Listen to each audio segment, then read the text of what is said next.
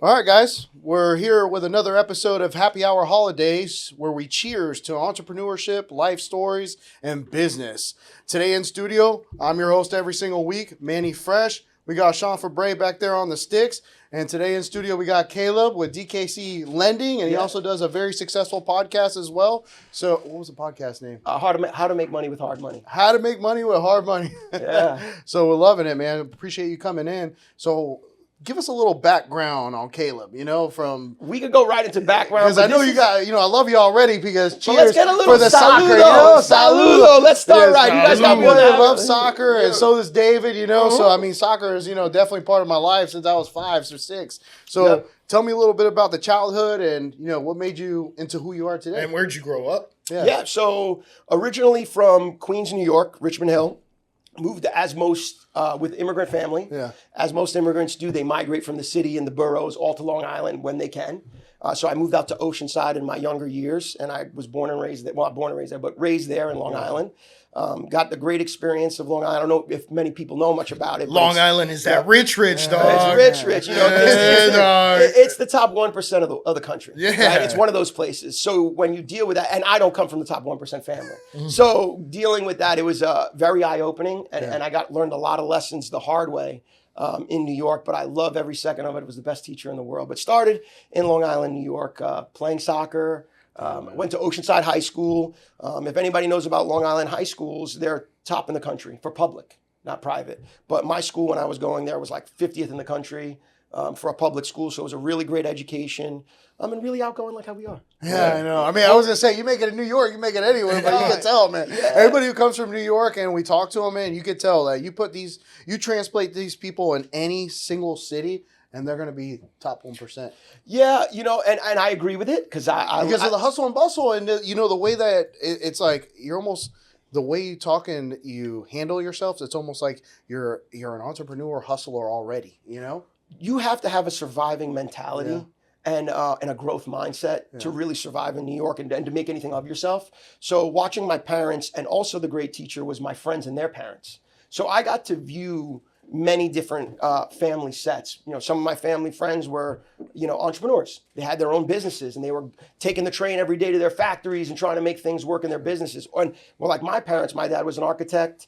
He did with asbestos, and my mother was a nurse. So I got to watch the way that they worked looking on the clock. Those are two good professions too. Those are two people that make money, Great professions. But when I look back at my parents' life, because I use, shout out my mom and dad, but I use their life as a roadmap for myself. Gotcha. I got to witness their rise, their fall, their rise again.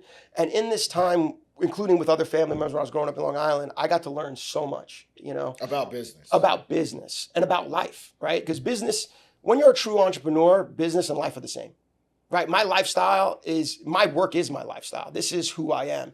On and off the camera, this is what you get. And the way I operate in business is the same way I operate in life. One example is me and David, our partnership. I consider that a marriage. Yeah. It's an absolute marriage to me. Me and him meet with our principal advisor every Friday, or at least every chance we can on Friday. We rarely miss. So out of every weekend in the year, we maybe miss 3 or 4, maybe, and that's being generous. Yeah. But we meet every Friday. We talk about our business. We talk about each other, and we grow our relationship. This is now making sense to me, DKC. I'm wondering what the K stands for and who K is. So it's a funny story, but it's actually all David's initials. Yeah. So it is? Yeah, it is all David's initials. Going into the story of how DKC started, when David and I met, we met at a mutual company. We both worked for someone in downtown on Channel Side in downtown Tampa. This gentleman kind of taught us the ropes of the hard money business. Dave was doing a bunch of operations for him, building homes. He was building multifamily, like 100 doors a year, or not building, but managing and flipping 100 doors a year. He was also building single families for him. I was brought in because I have, for most people that don't know, I have a conventional lending background. So in New York, my trade was conventional, regular bank lending. That's where I grew up. That's where my foundation starts. Coming to Tampa, trying to start anew, I was trying to find myself, and hard money was the vehicle that I found myself into. Like, what year did you get here around about? So 08 happened, and I had to close down my business in New York. I came down here 09. So right after the Great Recession, right? Yeah, right during, while it was all kind of happening. Yeah. So I came down at that time, but I was really trying to find myself, because anybody who knows anything about business, your network really is what helps you make money. Oh yeah. You know, who you know, when people say those things like your network is your net worth. It is 100%. Cliche as it is, but it's true. Yeah. You know, the saying you see on the internet, oh, if you're sitting around 6 millionaires, you're the seventh one or whatever it might be. All true. And and that's another thing with business. Everybody says it's not personal. Business is the most personal thing because if somebody likes you, they're going to give you the contract. How do people get these contracts or anything?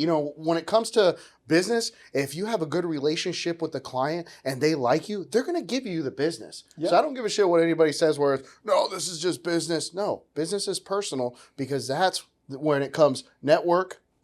Yeah. I know personally for me, I do business with certain people and I can get better deals elsewhere. Yeah. I know 100% I can definitely get a better deal. I can save money by using someone else, but I don't. Because there's other things that people value, right? Like for example, like with us in DKC, part of the things that we provide, we always want to be transparent. We always want to be reliable and we want to be client-centric, which is we always want to cater to the client and make sure their best interest is always served. So for us looking at the values that we bring to the table, I look at others that way. So for me, I want to make sure that the person I'm doing business doesn't just provide a quality product, but they're a quality themselves. I feel like the person representing the product is just as valuable. So, and that's coming from a sales guy because my background is sales where I couldn't tell. This guy could be one of the best. I wish he would have done 2020 with me for selling Verizon Fios, man. You would have been freaking killing it, dude. I mean, I did well, but I mean, damn, you got it, man. Yeah, I appreciate it. I think I got it, but I have. Well, I mean, for the audience members out there, DKC Lenny right there. The way he is right now is the way he came into the studio. It's no different. This is Caleb right now. And I think most people who know me kind of get that. Yeah. I'm really hot out of the gate, and I kind of stay that way. Yeah. My temperature is always hot, right? I don't like to do anything half-assed per se, right? And I'm unapologetic for what I do because I believe as you get older, it's like you're doing what's in your best interest. And hopefully if you're a good person, you're doing in what others' best interest. You're also being yourself too, which is the biggest thing that people forget. They change who they are around certain people and that's when you forget who you are and now you got to go find yourself. Yeah, I mean, personally for me, one of my goals or the things that I always try to provide in value because I'm a firm believer everywhere you go, you must provide value. I don't care if you're going to a podcast, business, whatever, you must provide value. But one of my purposes is every room I walk into, I want it to be better by me being there. Yeah. And if I can't provide that value in a room, it means hopefully I chose a better room than me and I'm just soaking it up and being quiet.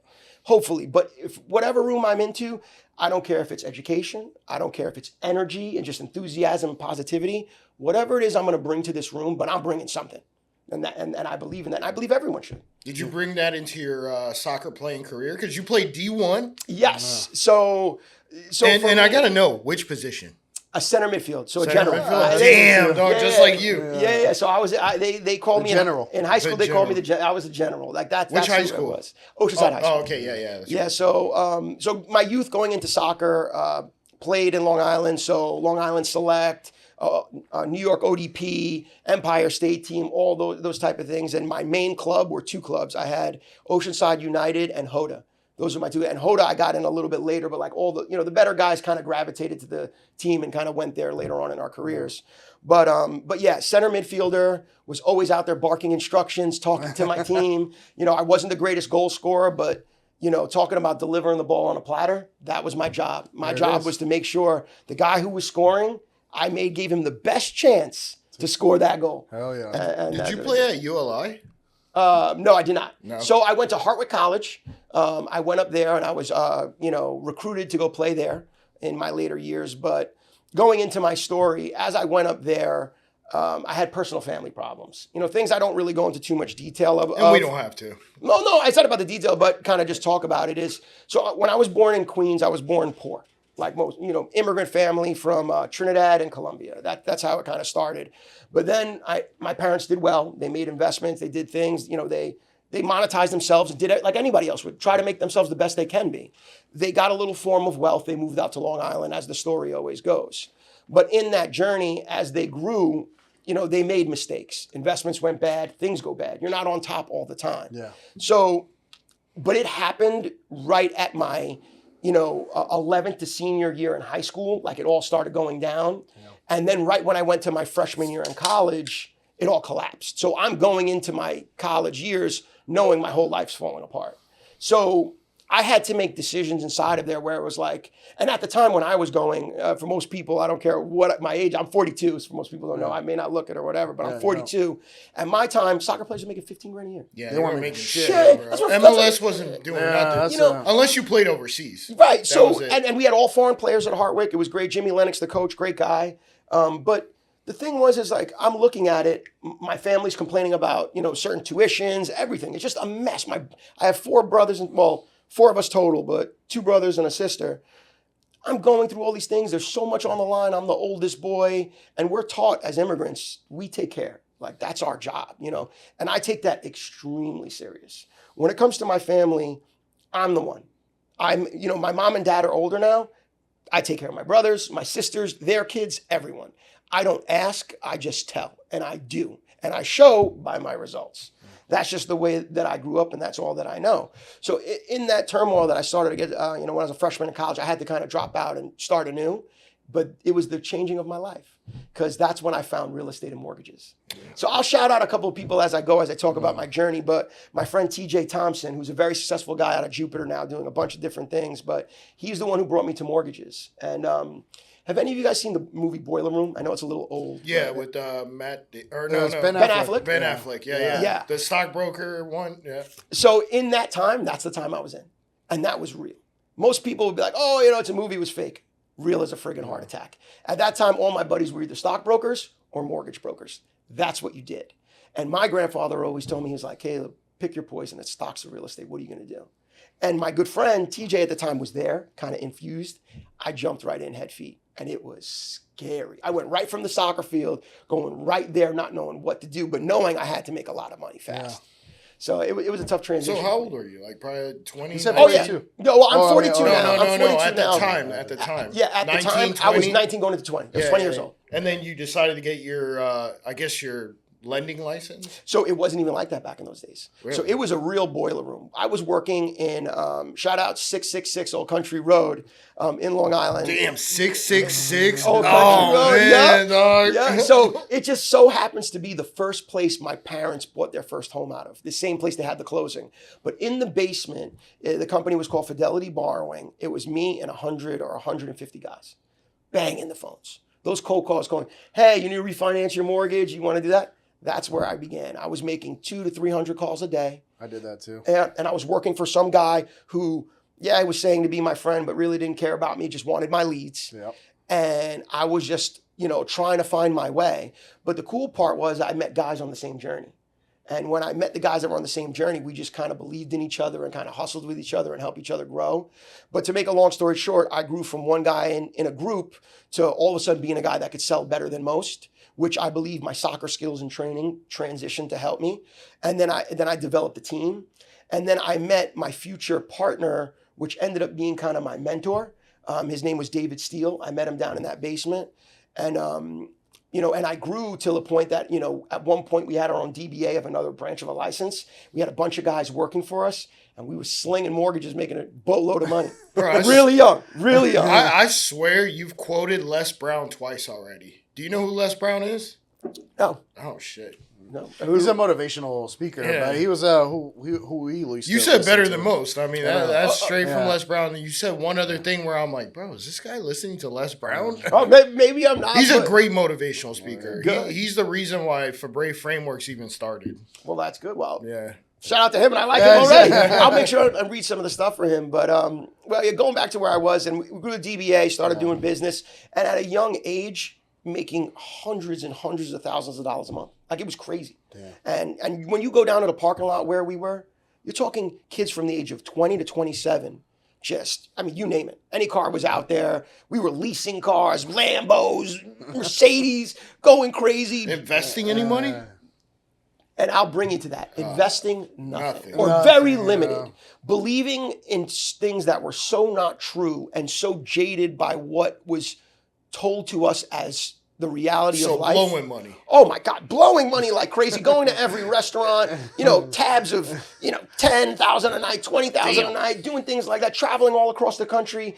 I don't know who's into EDM, but at my time, Tiesto was the best DJ, and he would travel around. I mean, we're going to Vegas, LA, Miami, we're following DJs around, we're partying, like the whole thing.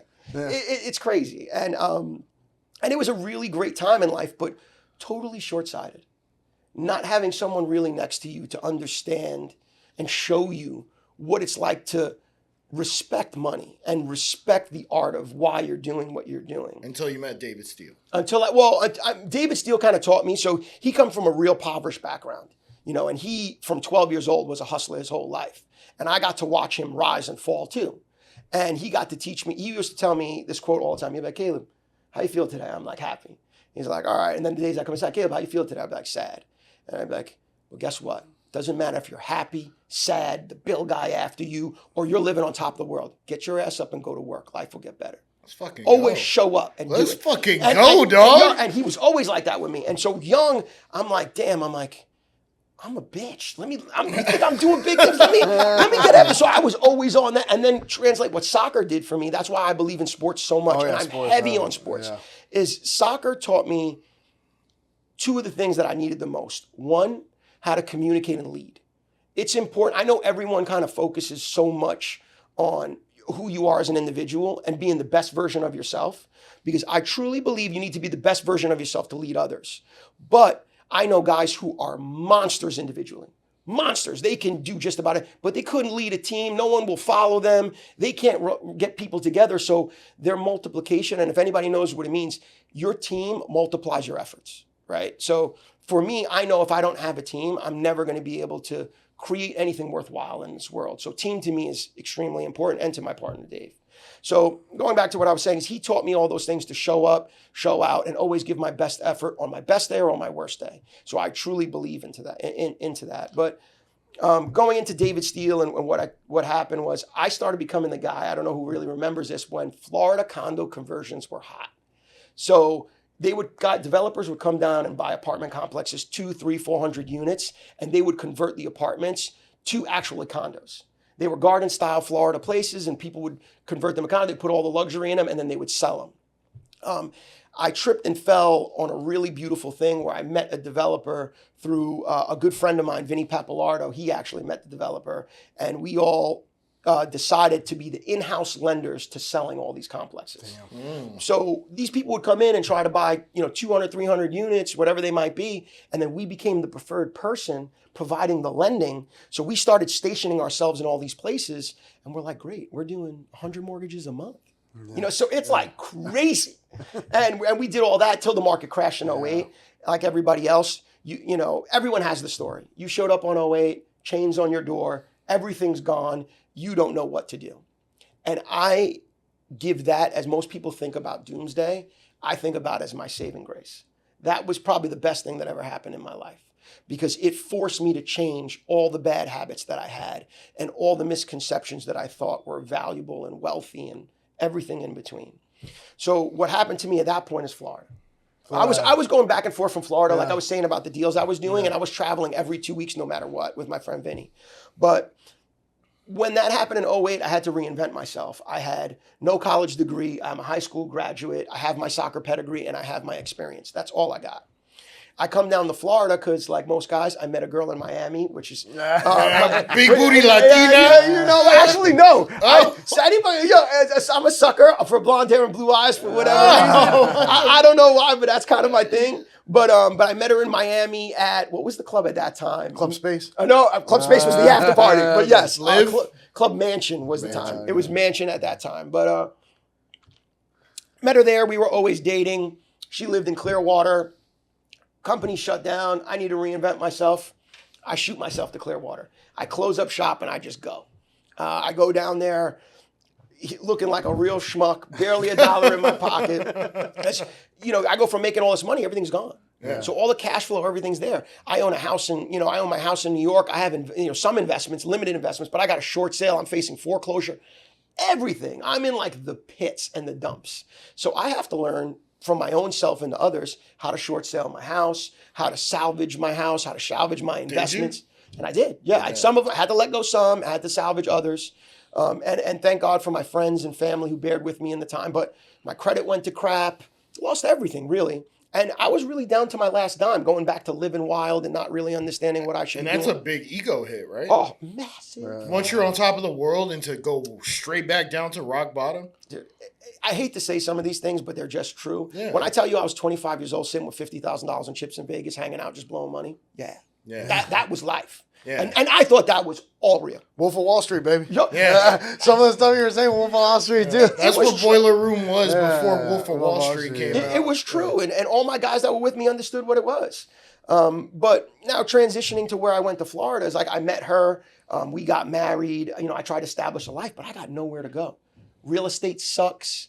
Nothing is moving. Lending isn't working out. Nothing is moving. I have no connections too. I know no one here. I got nothing to fall back on.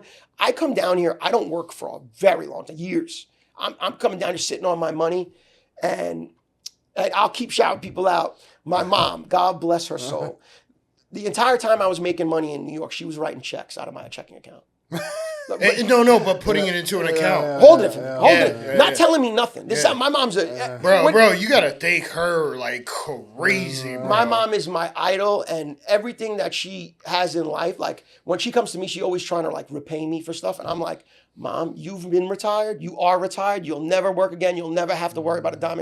Because you did it for me. I'm doing it for you. And it'll never change. Her and my father, they could do nothing wrong. And in my she's book. like, yeah, it ain't motherfucking changing. Okay, let me write this check real Oh, quick. Joe, for sure. She was writing checks out of my account when I was younger, saving, and she pocketed about 200 grand for me. Yeah, So no, she put it aside. put it aside. Yeah. So when I go to make my jump, she's like, Caleb, not only do I got money for you, she ships down my motorcycle, my Sunday car. She ships everything down for me to my little old apartment. Ma, how'd you pay for this? Yeah. I didn't pay for it. You did. And she's the best. I have a little tutu with my my girlfriend at the time, and then I married her, and then of course, like all Florida guys, divorce comes, but we'll go into that story later.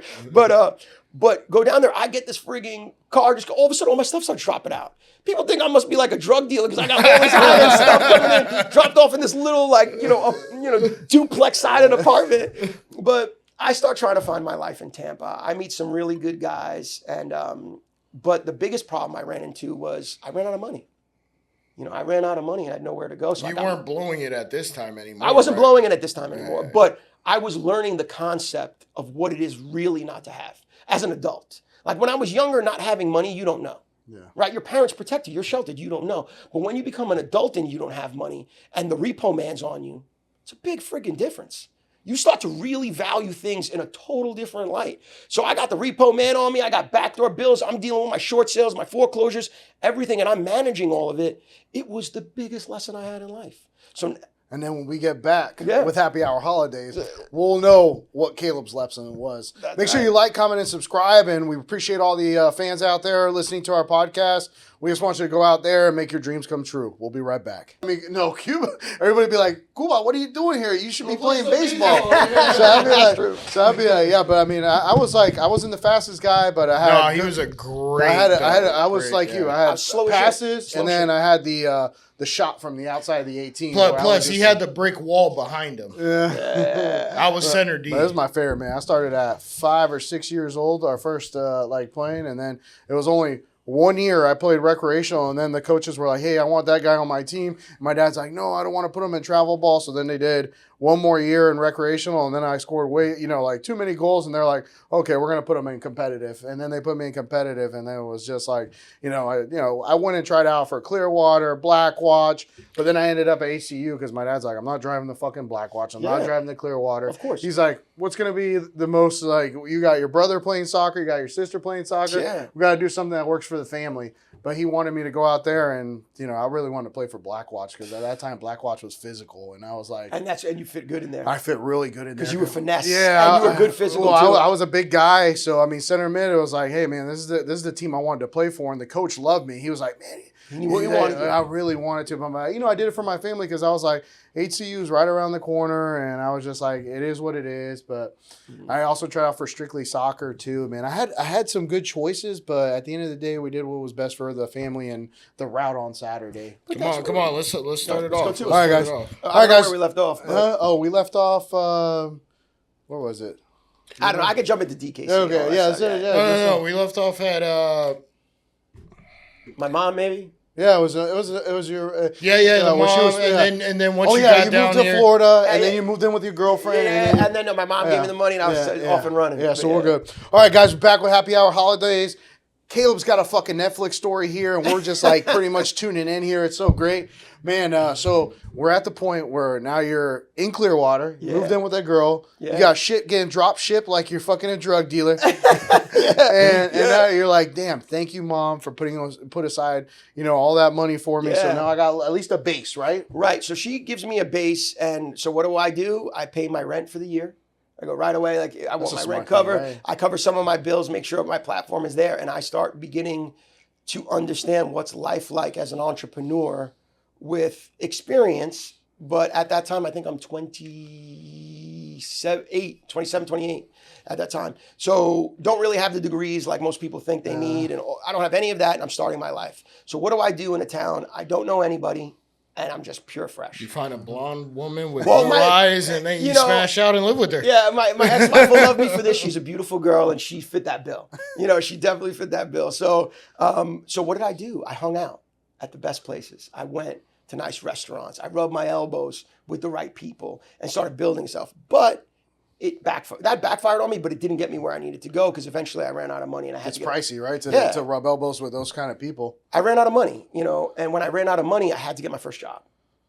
Eye-opening, learned so much. So I went in I had to do a two-pronged set. And for most people, they just kind of just do things to do things. I did it with a method. And my theory at the time was, with no degree, I actually went and I don't know if most people know Ultimate Medical Academy or any of those things. My mom was a nurse, but I went and got an x-ray degree. Took me quick. It was like $15,000. And if anybody reads Hermosi or like follows him or anything, the quickest way to earn more money and multiply your capital is to get the qualifications to earn more money for someone. Meaning, like, if I make $10 an hour now, if I go get a nursing license to do phlebotomy, my hourly wage automatically jumps to $30 an hour. For a certification. For a certification. And you could do it in 48 hours or whatever it might be. So this is, we're in the future at this point, but I took that same psychology that my mother taught me, said, Caleb, do something in medical. So I went and I got that license just to get a job at one of the radiology companies, but it was never for the purpose of being an x-ray tech. I didn't care about being a tech. I was getting paid $15 an hour. It was way beyond, like, beneath me, but I'm humble enough to understand you got to learn these experiences. So I go in and I do it. The whole time I'm waiting for the company events and or Christmas party or whatever it is. So come to find out, I get an opportunity while I'm working this job. I eventually get a 9 to 5. I'm going there every day. It sucks. There's a whole story behind it, but I'm just fast forwarding. I get to the company party. It happened to be the Christmas party was the first one up. I go to my wife and I go, look, get 2 of your hottest girls. Here's money. Go and shoot me if you want. Macy's was fly back in those days. Go to Macy's. Go get yourself some dresses. It was, I forgot, I think it was maybe Whitney and Maggie, her friends, whoever they are. But she got 2 of her friends. She got herself all dolled up. We went to this Christmas party. The owner's there. I go looking great.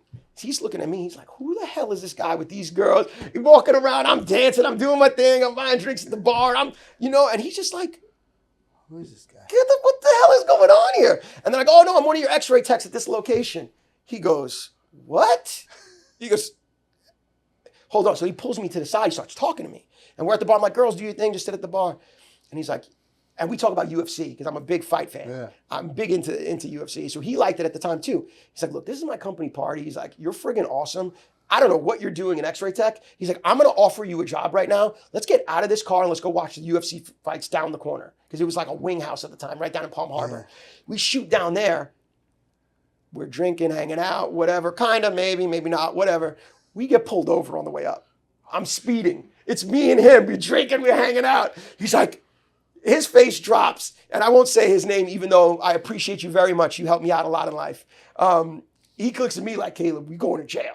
Like that's what he looked at. This is the owner of my company. He says, you going to jail? He goes, we're going to jail. He goes, there. be cool and talk right. I'm like, dude, I got this. So I just get my thing. I hand it to the cop. I'm like, yeah, no, we just came to our Christmas party, whatever.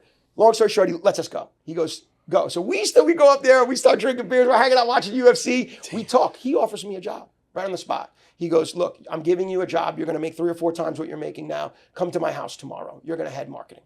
That's what you're doing. Wow. And he's like, I'm not asking you. I'm telling you. I'm like, Sure. And that's what I wanted anyway. Yeah. But he just spent it. I went to his house in St. Pete, synced the deal. So I went from making, this is how crazy life is. $15 an hour. $59 an hour, which was $25,000 for the year, the way it mapped out on my schedule, to more than 4 times that's out right away. Like I just jumped right up. So I go right into that, but I never dropped my dream. You know, I'm an entrepreneur through and through. In this time, even with that increase, it wasn't enough to really build my family. Yeah. So my heart goes out to people really trying to make a life. I understand we're limited to the amount of money we make. And sometimes you know, it's great to have love. It's great to have connection with your family and all those things. But we live in America, and unfortunately, money is a huge driver to what you can do. And it's a necessary evil that you can turn into a blessing if you get it and use it right. So for me, I knew the power of money after having it and losing it multiple times. I went into that situation and I was like, oh, well, this ain't it for me. I need to get back into my business. Fast forward, real estate.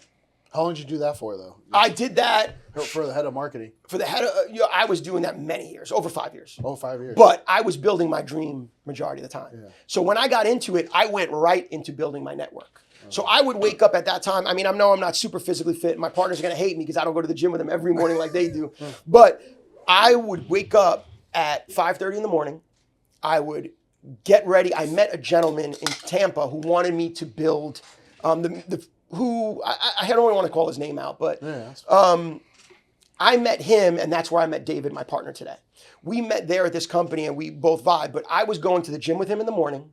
I was setting up my day, doing real estate things, then going to do marketing in the afternoon, making sure I hit all of my calls. I was driving and seeing 20 to 40 accounts every day, going into my normal drive calls, which were doctors. I was making sure to hit the gym with the guy I wanted to do real estate. We were doing real estate deals in the morning, and I was pitching loans and trying to grow business and grow my network and meeting people. And then I was doing my which was radiology in the afternoon. So I was doing that for years while I was building the business. Eventually, fast forward how DKC was born. DKC was born because eventually the guy I was working with ran out of money. It was like a family office type of deal where he had a limited amount of capital.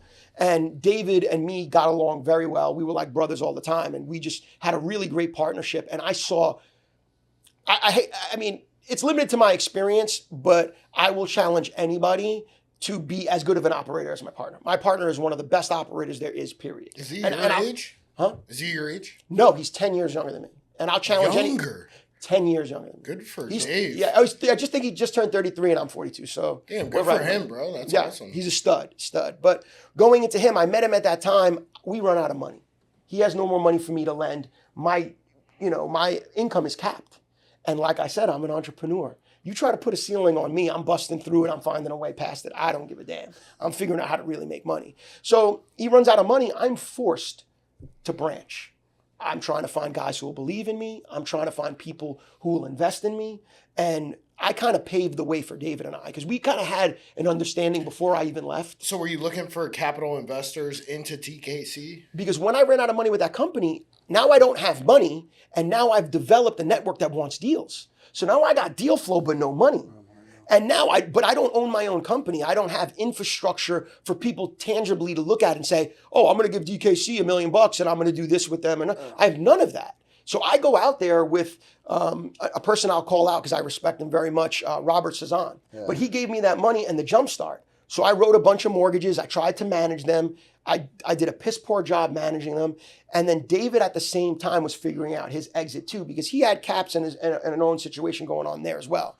So he closes his doors and I'm like, we doing business or what? Because I knew what a great talent he is and how disciplined and strong he was. So I knew he was my next partner to go to the next level. And I believe he saw the same in me. Yeah. And they call us yin and yang because he's very different than I am. You know, we bring different things to you're darker? Yeah. Well, he's white. Yeah, he's a white guy. There's a yang. I bet he's more reserved than you're the outgoing. Oh yeah, he's definitely more reserved. He's conservative. He's outgoing too, though. Don't get me wrong. But so he's branching out, and he actually moved to Virginia, and then that's when the vision started. He's like, well, Caleb, you know, I see you're doing this, and I'm showing him my checks. I'm showing him everything. We're being totally transparent. And he's just like, we can do this, this, and this, and this is the plan. So he kind of architected what we already know on the fine print and made it kind of ironclad. And I was already raising money, but I wasn't doing it in a professional, orchestrated manner. I was just doing it like, bro, shake my hand. I promise the money will be back. And that's kind of crazy to deal with that with that many chips on the table. So go into that. We developed DKC at that time, which was roughly about 5 years ago now. So bring us full circle. So we start DKC. So David now becomes, I start originating loans. David spearheads organization of the business and investors and starts lining up investors. So he kind of used my little investor base that was already kind of there. He already had so much trust from the previous company, because remember, when you're flipping 100 multifamily doors, you're building all these homes and you're handling investor money, people tend to gain trust in you. Oh, yeah, man. So all those people were like, wow, this guy always made sure my checks were on time. He made sure projects got done. He had faith. People had faith in him already. So he multiplied that and brought it to the table. And at the same time, he brought me into coaching, which Capitalist Network, Rob Faw, another shout out. He's our principal advisor at DKC Lending. He's our kind of like our mentor and the guy we go see on every Friday. How'd you find him? So David was already seeing him. Dave was big in mentorship. Like paying him? Yeah, paying him, talking about how to elevate your life and do the best thing that you could possibly do to be the best version of yourself. So David was already into that. And when me and our partnership started, first thing, a part of his requirement, which I love and appreciate him always wanting the best out of me, that was a requirement. He's like, look, if we're going to do this journey together, you have to have self-improvement. We got to be on the same page. We got to have these. And I totally respected and knew it's what we needed. And what did that mentor do? So it's mindset. It's mindset, and it's really experience. So coming back from my wild and crazy world that I grew up in, and all the money and the fast cars and all the crazy things, I knew that wasn't it.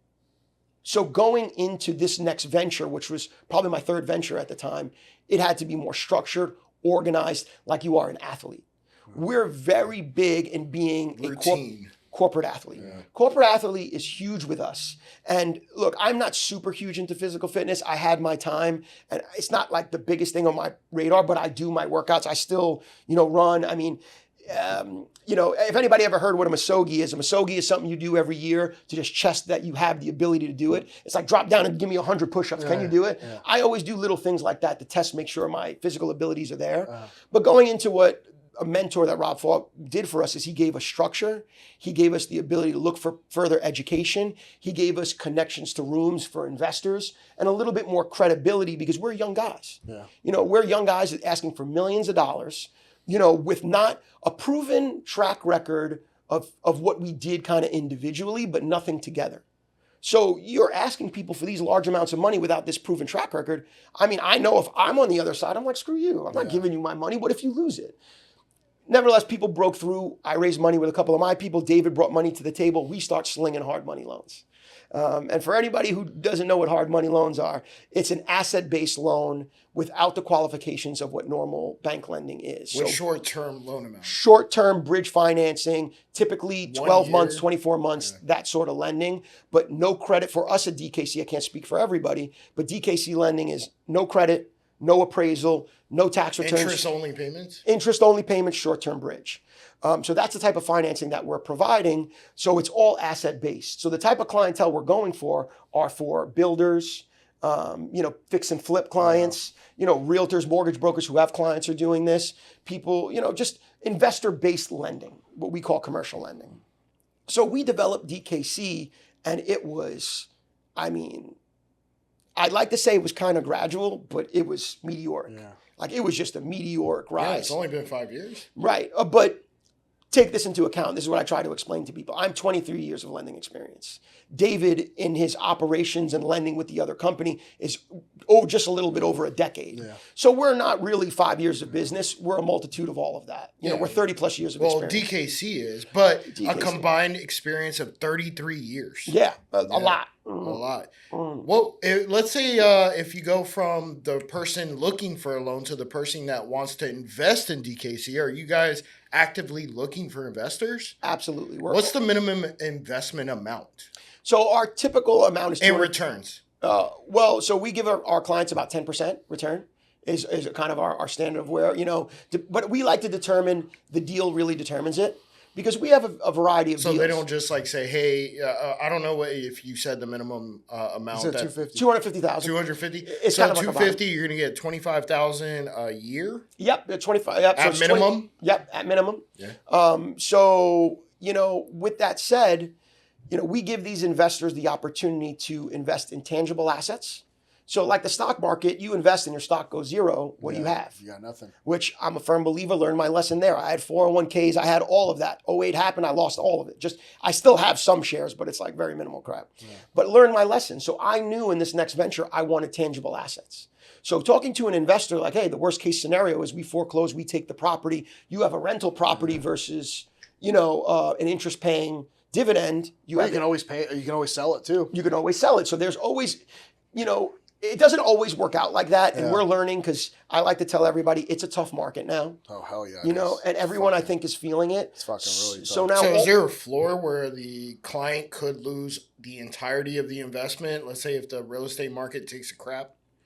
Is that a possibility? I'm just asking. I mean, it's a risk. I mean, with anything else, there's a risk assessment. But I heard 10% at minimum. Yeah. So I'm going to give you. So if 10% at minimum means that you're guaranteeing me $25K for $250,000 per year, that means that's the floor, right? Right. Or is it okay? Well, the average is $25K on $250, and if the market tanks, you're screwed. So I wouldn't say you're screwed, but yes, in a nutshell. Because you know IULs. Yes, I know all the insurance things and stuff, which I don't pretend. I learned this about investing. I'm just wondering. No, and I'm going to give you the whole thing. And this is a question audience members would ask. And I'm going to give. I don't want to give a political answer. I want to give a true answer. So I'm going to give a true answer of like how I see it is. When it comes to investing, I'll give everyone the advice, and many people say this. There is no guarantee. Yes. I don't care who you are or what's getting pitched to you. If you get the pipe dream or you get a valid regular 401k 5% return in the stock market, whatever you might, or the S&P 500. I mean, if you look at the S&P 500 for the last 30 years, it's given people 10%. So if you're looking at that as a standard, there is, that sort of standard. But investing, there is no guarantee. And anybody who says there's a guarantee, I consider that snake oil. Yeah. That's a lot. And I'm not going to sit here and give that to anybody. But what I can say is, if you're doing an investment with DKC Lending, you're buying the actual investment of that loan with us. And we're providing a service to you. So DKC Lending originates the loan. We underwrite the loan.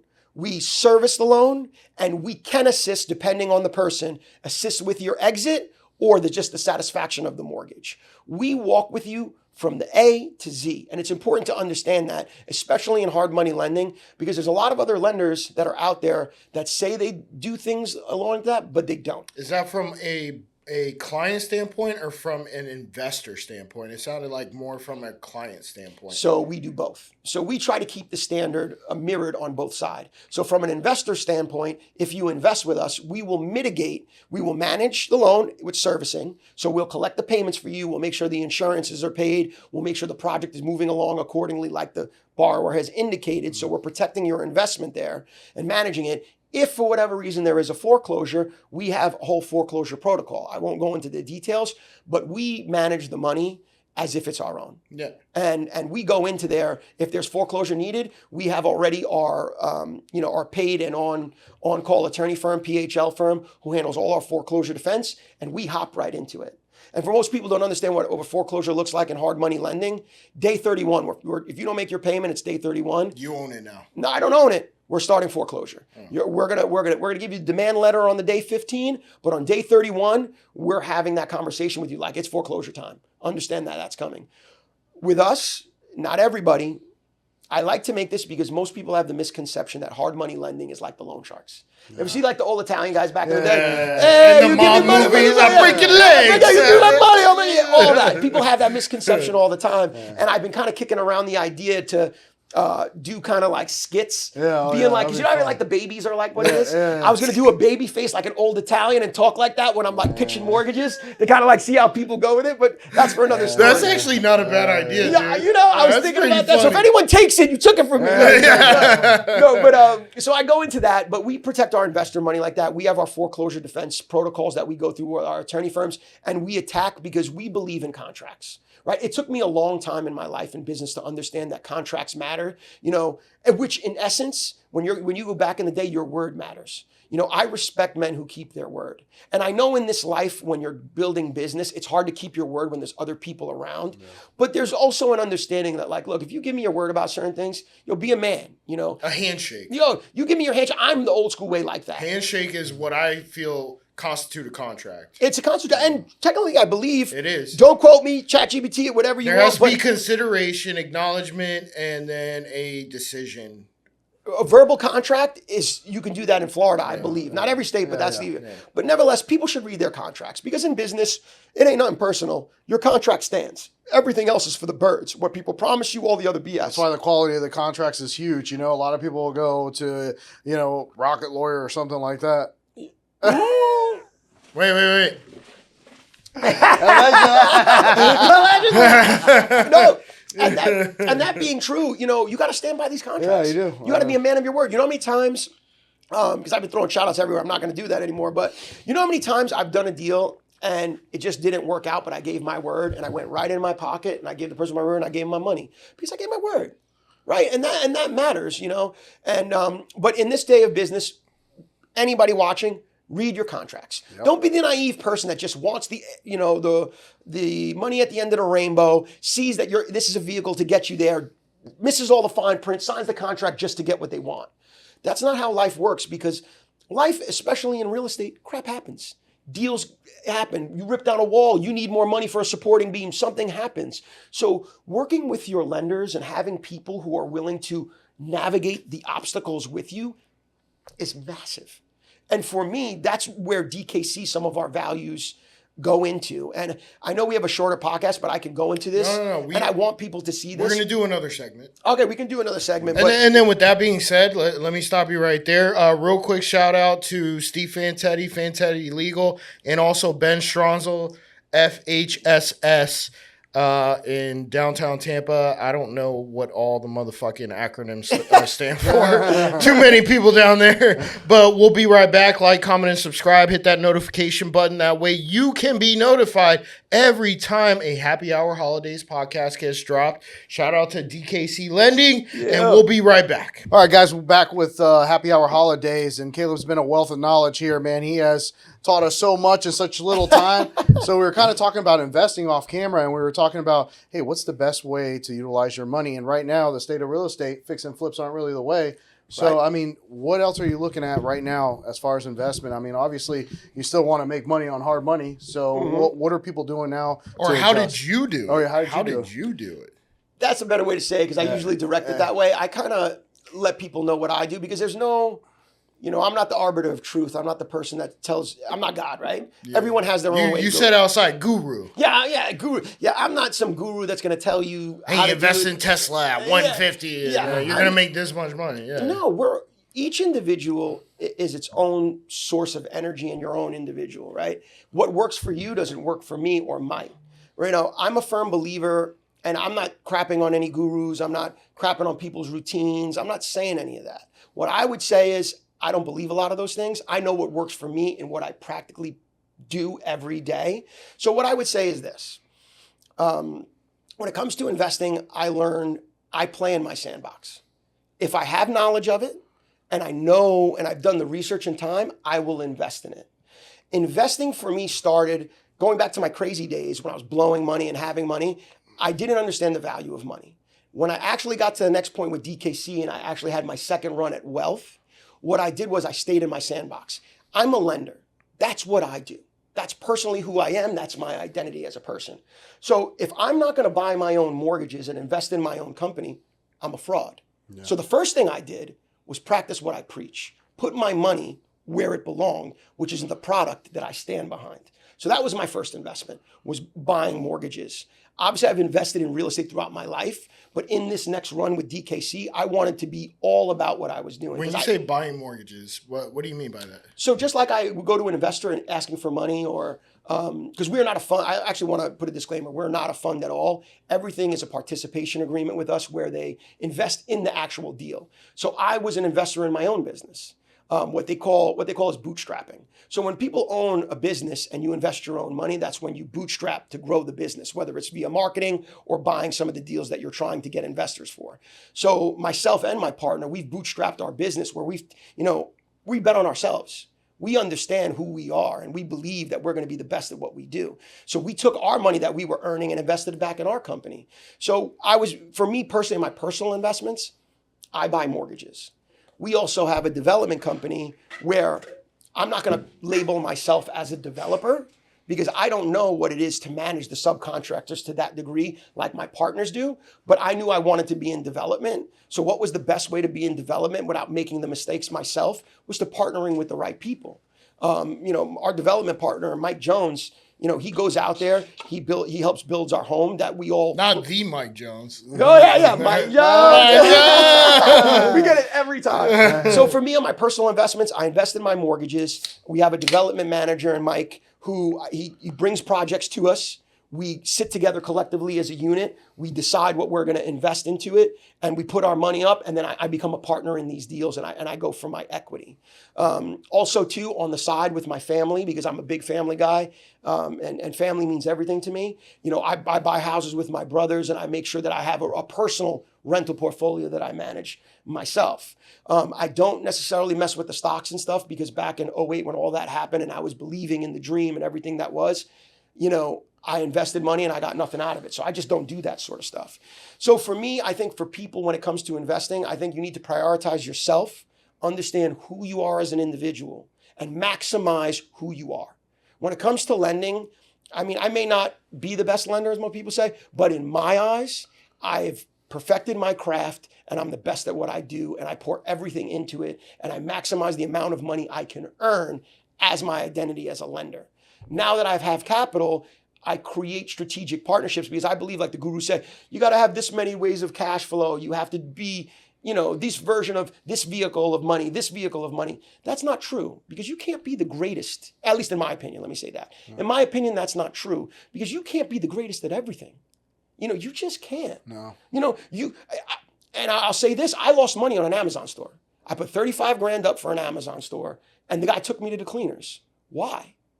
Because I didn't know what the hell it was to drop ship. I didn't know what it is to do the work and set up the business. I knew how business should run, but I didn't know that business. So then when everything went left and I'm going into this investment and it couldn't work and these guys are failing in every way on the promises that they brought me, they're like, oh, well, you got a store now. Good luck. I paid you 35 G's, I got a store, and now I'm supposed to do it? When you said it was 100% passive and it was going to hit my mailbox? Yeah. I just lost money. And thank God it's a write-off on my tax return and I was in the position to take the loss. But nevertheless, I don't believe in that crap. I'm a lender by trade, and I have strategic partnerships for other vehicles of investment that I like and I appreciate, and things that interest me, right? And rentals, love them. Development and building homes with my partners, love them. Fix and flipping houses, which is a terrible investment right now, but done plenty of them with my partners. I'm an investor in those businesses. I am not the guy that knows it all. So that's what for me for investing is stick to what you know, be the best at what you do, and then when you've proven the fact that you can earn the money, invest in vehicles that you have knowledge of and have great strategic partnerships with. So when people put in the money, it's okay. They give you the Phenomenal money, answer, but by the way. you're not getting the deal right up front, right? You're waiting until the deal comes through, and then you'll reach out to them and be like, "Hey, I got this deal. We're going to use your money for this deal. Yep. What do you think about it?" Exactly. That's how it goes. That's how it goes. And it's in a more technical term. We do it, I like to say, the best in the business in a very professional manner. Yeah. We do everything through our emails, have a presented file for a deal for an investor to look at. We have an investment opportunity that they read, that they have to feel comfortable with and understand the deal from beginning to end. That's the big thing with us. We're not here to just pump a deal to pump a deal. Yeah. We're here to say investor and client, because it's a dual thing. And I'm more on the client side. David deals with more the investor side. So we'll get David here to explain the ins and outs of investing, because he will give you a wealth of knowledge way beyond what I can provide. But nevertheless, we like to make sure the investor understands from A to Z, and we like to make sure the client understands their obligations, because they have the grand scheme of things. I'm going to buy this house at this number, put in this number, sell for this number. But that's the theory. But then the practicality of doing it and executing it, total different thing. Oh, yeah. And that's where DKC, separates themselves. You can come to me, and I know I'm jumping a little bit, but as an investor, when they go through the caveats and the hurdles of investing, they can come back to me and say, "Hey, Caleb, look, X, Y, and Z happened. My contractor ran off with my money. I'm short." Well, they can come back to me as a lender. I don't say, "Go kill yourself." I say, "Crap, so the project is stalled. What can we do?" I'm not the person that's going to give them the answer, but I always go to my clients and ask this question first. What would be, if I said unlimited check right now, what would you do? And what would be the solution? So I listen to them, I get their solution, and then I think about what's the next answer with my investor base to meet the person in the middle where I don't jeopardize the money and I keep the investors happy, but at the same time meet the needs of the investor.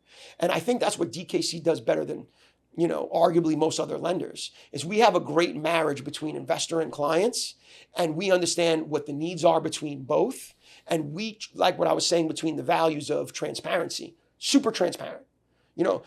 I would say we've had caveats where people didn't understand, but that's when I go back into contracts. I would label that one, maybe we could have done better at saying things, but two, read your damn contract. Understand what you're doing. Don't just sit there and say, okay, I got the money, let me do my project. That's not how life works. So I think we have a great marriage between the both. And I think DKC has taken a real proactive approach going back to the market, where everyone for the last couple of years, it was awesome. Yeah. You could make any mistake, property values were all going up, and it was great. I made myself a promise, and me and my partner made a promise, because he studies '08. Because he didn't live it, he wasn't part of the time. He was playing professional soccer at the time. But I was living it by experience. So I learned the hard way. But we think of that experience now, and we always thought like, hey, we're riding this up here. What happens when things drop? Which right now, fix and flips are dead. Yeah, they are, man. Everyone's saying they're making money on fix and flips. Yes. When you're looking at it with a microscope and you're diving in, can you get a fix and flip right now, a one-off? Yeah. Are you making what you could back then? No, Probably not. no, The margins are tight. They're not there for mistakes. They're not. Everything's more expensive, and the values just aren't there because property values are going down to a stable point that we'll find. If it's today's market or next market, we don't know. But nevertheless, that's dead. So what happens then? We're great with diversity. That's why loans are so important. We can do new construction loans. We can do cash out refinance to stabilize an asset. We can just do bridge loans till the market turns and you can get yourself other financing. So we provide not just loans that are great during the market, but are great after the market. And we are here to provide you real estate solutions. I like to say creative real estate solutions for all of your needs. What's the longest term product you guys offer? Everything for us is 12 months. 12 months? But it's for a reason, because I know there's plenty of other companies that do 24 or 36. So if fix and flips are dead, how is a client going to pay you back within 12 months? Or is this what they're going to do? They're going to buy a house or a multifamily unit, fix it, rent it out, maybe a Section 8, and then cash out refi with another lender and then pay you back. Traditional lender, right? Or traditional lender and then pay you back. Is that what seems to be occurring at this moment? So that's what's happening, and that's why part of, I know I haven't laid out how all of DKC is designed, but that's part of how me and David designed the company, was being able to provide outlets for takeout financing. I'm not a conventional lender. I did that early in my career, and I don't want anything to do with it, nor am I a conventional lender now. But for anybody investing in real estate, they know DSCR loans, debt coverage service ratio loans are really, debt service coverage ratio loans are really big right now. And that's how investors are getting out to 30-year products right now. There's no income required for it. It's based on the rental income of the property once it's stabilized. And you'll have to get an appraisal to do so. But nevertheless, DKC provides those loans or insight or access to those loans for clients to help them get out.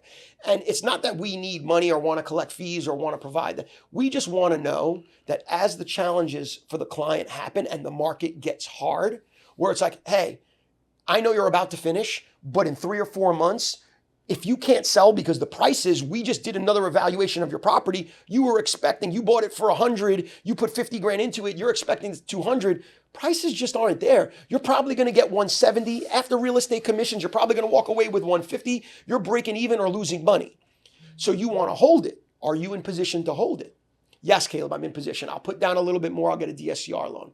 Well, have you ever done it? No. Well, that's where we educated ourselves and our team to understand, to give these people outlets. Say, hey, we can provide you these outlets. Go wherever you want. But this is available to you if you would like to take advantage, if you can't sell for the profit you want.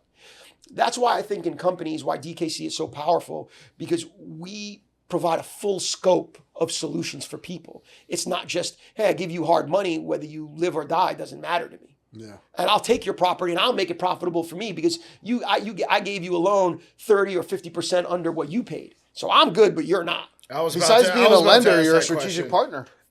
I mean, that's the biggest difference. When I've heard everybody else that's a lender, they're like, here you go. I'm getting my points, my interest payments. Good luck. No, you guys are actually getting in there with the investor, with the client, and taking them the roadmap. But you also have to foreclose on properties. So more than ever, and anybody who says that they're not is a liar. There's more foreclosures than ever happening right now. So how does that, for a lending company, what exactly happens to those foreclosure properties, and how do you guys deal with them? So it's a tough thing. I'm not going to go into the intricacies of how we handle investors because I'll let David come up here and go through the intricacies. But the theory of it and how we're handling it is we follow Florida statute. So we're going to file the complaint in court. We're going to then proceed to foreclose on the property. In this time, we're going to take every opportunity to negotiate, to work out a solution with that client before the foreclosure happens. They can either pay us off, they can work out some sort of payment. We're going to do everything in our power to not go there. But if we get to the foreclosure, then it's going to go up for auction. If someone bids and gives us the number, the property's gone right there at the auction steps. If not, and we have to take it back, well, us as a company, if it's in our area of work, we're going to reprocess that property. We're going to make sure we're going to do an evaluation. We're going to make sure the lawn's cut. We're going to make sure that the property rehab was done properly, or at least get it to that. We're going to rent the property out. And now instead of interest checks, we're now getting rent checks. We're going to reevaluate the deal, let our investor know throughout the process what we're doing. And then we're going to decide, hey, are we going to collect the rent for the next 2 years? Or sell the cap rate. Or we're going to sell right now to an investor because we got it stabilized and we could sell for this number. You get your money. We might even profit, which those theories of foreclosure. I hate when people say, oh, are you one of those loan shark hard money lenders that take people's property? Well, they don't know what the fuck they're talking about. Right. Yeah. Go through a foreclosure. On average, right now, a foreclosure legal fees got to be through the roof. It's about 25% yeah. of the property that's been costing us roughly through auction, right? Going through the whole process to repossess. Yeah. So I give you a 70% LTV loan, and it costs me 25% to recover your asset. You only got 5%. I'm at 95% LTV. Maybe 5% profit. I got to sell the gross profit. Yeah, I got to sell the property now. I got to dispo it. What's a real estate commission? Roughly 5%. Maybe you negotiate them down to 4 or 3. But you're breaking even. You're breaking even. It's not as lucrative as people think. Now think about this: if foreclosure gets drug out for 2 years, now you're even more fucked. You lost 24% interest just off the 2 years of fighting. Unless you had it rented out. Which the client is typically doing that, and they're probably not paying you and keeping the rent. That's true. So as a lender, it's so important to be with a team who truly understands not just originating loans. And that was the psychology that David had around the company. And going back to what I was saying about, because I want to make this point for anybody looking for a job, because this is where I kind of want to promo guys who are actively looking for creating something for their future. When you come for a loan consultant job at DKC Lending, you have to invest. Now, you don't have to. I don't say that's a wrong word. I didn't deal with absolutes. We encourage you to invest with us. And my loan consultants buy mortgages. My loan consultants invest in development projects. My loan consultants. Is that minimum still $250? No. It's we work out deals with them because we understand they don't have to do it if they don't want to, but I encourage them to. And the reason why is because I remember the days when I was a broker making a boatload of money and no one with me over my shoulder to say, hey, Caleb, what's rainy day look like for you? How many fix and flips have you actually done and actually made money on? And how much did you turn to rentals for the future? How many, what does your 401k look like? All these investments that people talk about. What does your investing profile look like? I'm not going to tell you how to invest in vehicles that I don't control, but if you're a team member of DKC Lending and a loan consultant to be specific, you're given and you're allowed every opportunity at a premium to invest with us of everything I personally do and David, my partner, does personally. I don't ever ask anyone to make an investment that I don't have money in, period. That's not how we deal here. That's strong. But my whole point is if you lose, I lose. If I don't believe in myself, then what are we doing here? That's why when I go back to the story of banking on myself and when David and I started the company, how we were bootstrapping, putting our money into the company and trying to do these things, it's because there was no one that was going to tell me everything different. And that's why I tell people when you look about investing, be the best version of yourself first. Be the person, my identity is a lender. Well, if you put me up against another lender, I'm not going to go against someone who is a stockbroker. I'm not going to go against someone who manages restaurants. That's not what I'm talking about. We're different investments. But if you put me up against another lender, this is the vehicle I know to be proven. This is the vehicle I know that's paid my investors. This is the vehicle that I know that my clients have been able to develop and build and pay for their families. Because you have to take into account these things, right? I think about, and these are crazy things that people maybe think are crazy or not, I don't know. when a client comes to me, I look at the client. I look at who they are and do they own their own company truly? Are they 100% full-time real estate? Are they feeding contractors who are feeding their family? Do they have kids who are in college? What do they got going on that makes that I'm going to help invest in this person to create their future? Because I'm a strategic partner, like you said before. A lender is just of a performer. We're aligned on a performer base. We're a cost of money that when you're doing your real estate investment, I'm the line that says cost of money, the lender. That's who I am. But I also stand next to you. And if you fail, I fail. Because what happens if you default on your loan? Who's liable? You have to go through all that shit. It's not like I just disappear and, hey, buddy, good luck. Yeah, Right, that is not it at all. I call you personally. Default management, me and David are actively in default management with you. I call you, text you personally and go, hey, bud, I know you're going through a rough time. I see you're not making your payments.